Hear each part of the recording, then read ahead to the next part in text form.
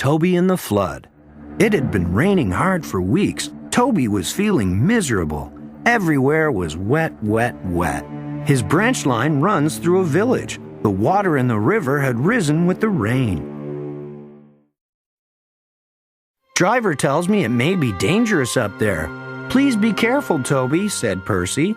"I'll try," replied Toby bravely. Percy watched anxiously as Toby trundled away.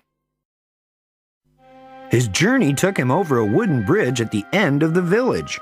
The river surged dangerously beneath it. Harold the helicopter was inspecting the dam as Toby arrived. "Be brave, Toby," called his driver. "We have to cross to the other side." The dam did not look safe at all. Toby was very worried. Soon, he knew why.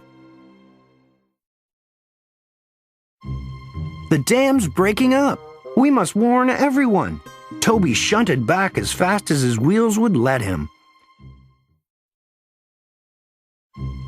Percy was waiting anxiously for Toby by the bridge. The river had risen so high that the bridge was in danger of collapsing. "The dam's breaking up. We must find high ground," shouted Toby's driver. "Your only chance is to cross the bridge," called Percy. "It doesn't look safe to me," wailed Toby. "It's our only chance," said his driver. "If the dam breaks, we'll be done for." Toby was halfway across the bridge when disaster struck. "Help!" called Toby. "We'll follow him on our line. It meets the river further down." As Toby floated helplessly in the floodwaters, they passed a sign that made them shudder. "Beware the waterfall." "If we go over that waterfall, we're doomed." Then they saw Harold, who swooped low and shouted urgently to them. "We're going to drop a rope to you. Attach it to yourself, quickly now." And they did, to one of Toby's buffers. Just then, Percy arrived. Harold flew over to him. "Catch the rope and pull Toby to safety," he called. Toby was safe at last. When the floods were over and the dam mended, the villagers had a big party for Toby, hosted by Sir Topham Hatt. "You were very brave, Toby. Thanks to Harold. I could never have been so brave, Toby." "Oh, I'm sure you would be, but you never know till you've tried." Percy rather hoped he'd never have to. A better view for Gordon. Gordon was feeling grumpy. This was making James cross. "Why are you complaining all the time?" "Because I'm a big blue engine and I know everything. I shall complain whenever I want. You're just a small red engine with ideas above your station." "I can't see any," said Percy. "Where are they?" "Any what?" "Ideas above the station. The sky's empty." "Like your smoke box, Percy," laughed James. But Gordon was still grumpy. "One day, I'll show you just what a big engine can really do." "So what can a big engine really do?" "Not speak to silly little green engines for a start," replied Gordon. Then he puffed away. Later that day, Sir Topham Hatt came to see him. "Gordon, you'll be making one stop today with an empty express to test our new station. You can make up time afterwards." "Why can't Henry do it? He likes idling in stations." "You'll do as you're told." So Gordon did, but he was still unhappy, and he grew sick too. "I just can't get up to speed," he moaned. "It's time for your visit to the works. Your pipes are clogged," said the fireman. At last they approached the new station. Gordon was impressed, but his mood soon changed. In front of him was a blank wall and huge buffers. What a boring view! Important engines like me should have a panoramic view, where I can see people and people can see me, and he wheezed angrily. Gordon was happy when it was time to leave. Now you can really enjoy your run as long as your pipes will let you, said his driver. Come on, I can go faster than this, huffed Gordon. Sick? Me? Never. But Gordon began to feel more and more feeble. Soon, he came to a complete stop. What happened? His driver and fireman inspected him. Something's broken inside you, Gordon, said his fireman. Now you really will have to go to the works.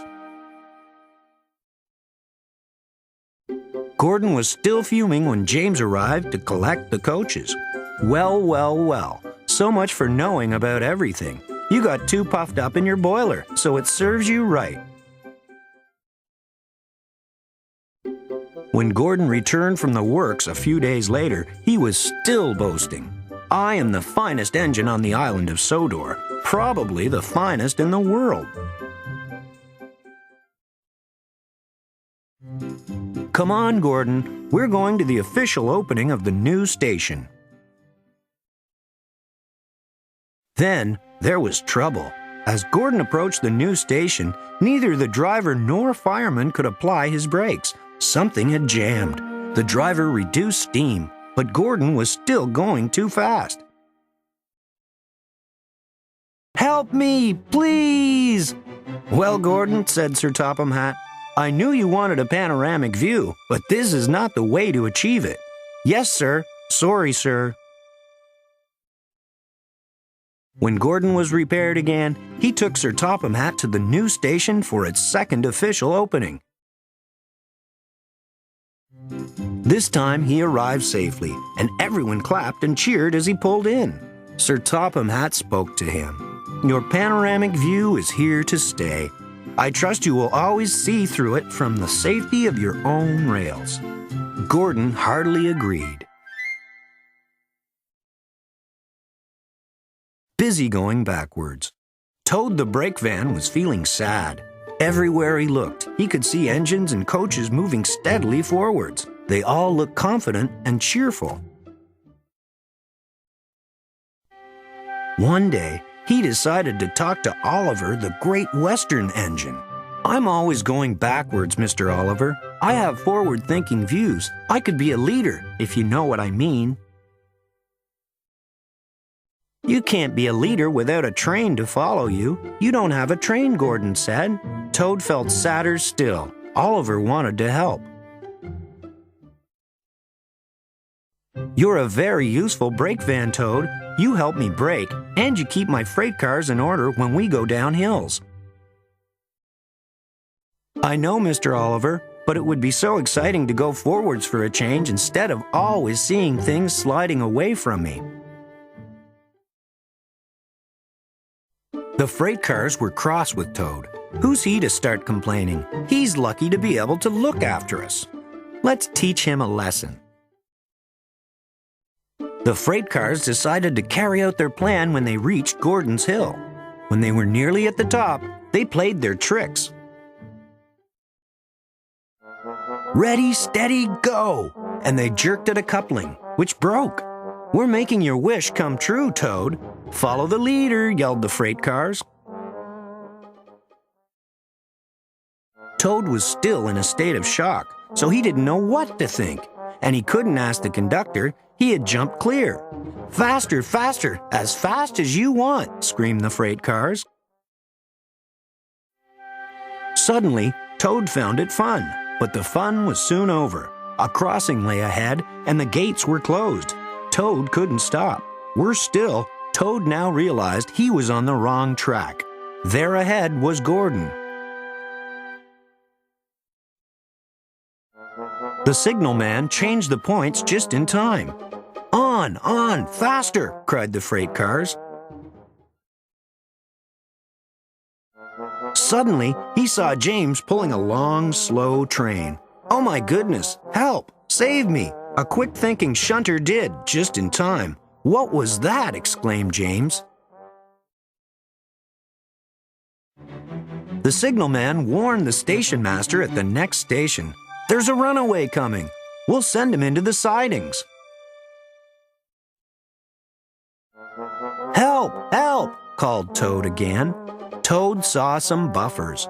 "Those'll stop me." But the points to the buffers weren't set. "Oh no, I'm back on the main line." Meanwhile, Oliver was racing to the rescue. "I must catch Toad. I must." Toad sped past Henry. More danger lay ahead. Men were working on a bridge, but they had been warned about the runaway Toad and his freight cars. They diverted him into old sidings, straight into a muddy pool. Stopped at last. Oliver arrived, and when he saw Toad, he could only smile. A pond is the only place for a toad, I suppose. That night, Toad spoke to Oliver. "I'm sorry, Mr. Oliver, if I caused you any embarrassment."